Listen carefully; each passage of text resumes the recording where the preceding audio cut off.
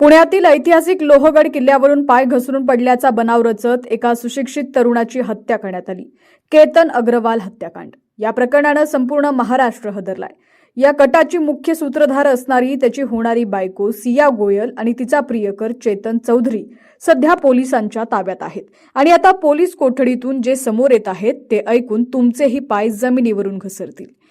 एखाद्या थरारक चित्रपटाच्या कथेलाही लाजवेल असा हा संपूर्ण कट होता। एका निष्पाप तरुणाचा जीव घेऊनही आरोपी सिया गोयलच्या चेहऱ्यावर पश्चातापाचा कसलाच भाव दिसून आला नाही। पोलीस कोठडीत तिचं वर्तन अत्यंत हट्टी आणि उद्धट स्वरूपाचं आहे। पोलीस सूत्रांनी दिलेल्या माहितीनुसार पोलीस जेव्हा तिला प्रश्न विचारतात तेव्हा ती काही प्रश्नांची उत्तरं अगदी थेट देते, तर महत्त्वाच्या मुद्द्यांवर थेट मौन बाळगून पोलिसांना चक्रावून टाकते। पण या भयानक आणि क्रूर कटाची मुख्य सूत्रधार स्वतःच असल्याची कबुली आता तिनं पोलिसांसमोर दिलेली आहे।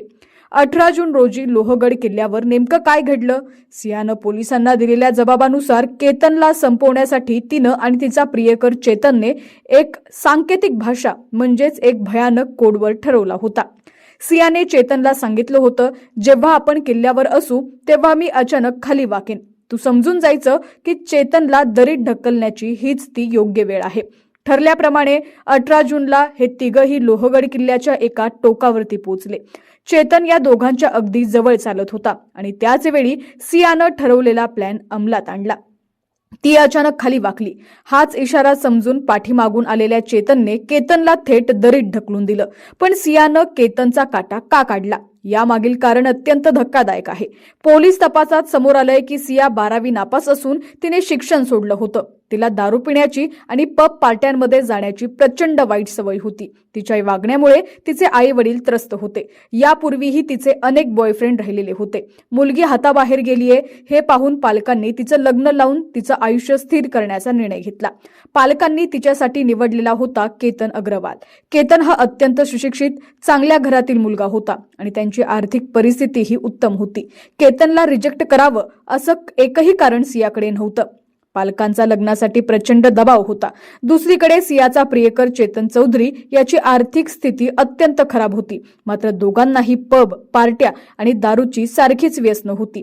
याच वाईट सवयींमुळे दोघं जवळ आले होते। केतन जर जिवंत राहिला तर आपल्याला चेतन सोबत मनसोक्त जगता येणार नाही।